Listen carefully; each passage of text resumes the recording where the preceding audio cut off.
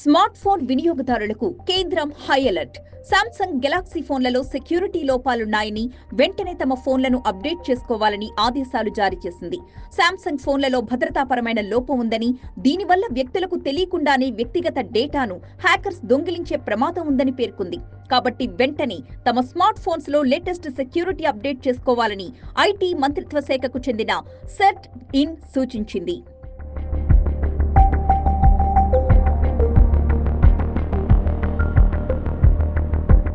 Samsung latest ఫోన్లైన Galaxy S23, Galaxy Z Flip 5, Galaxy Z Fold 5 సహా Android 11, 12, 13, 14 తో పనిచేసే డివైసెస్ లో ఈ లోపం ఉన్నట్టుగా సెట్ ఇన్ పేర్కొంది.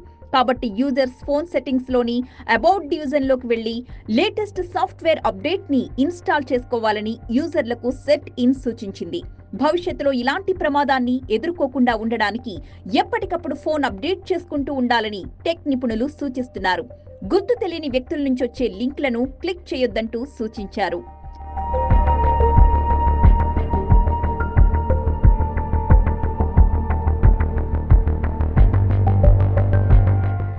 ఈ ఏడాది ఫిబ్రవరిలో భారత్లో రిలీజ్ అయిన సామ్సంగ్ కంపెనీకి చెందిన flagship phone Samsung Galaxy S23 సైతం హ్యాకర్స్ డేటాను తస్కరించే ఫోన్ల జాబితాలో ఉంది.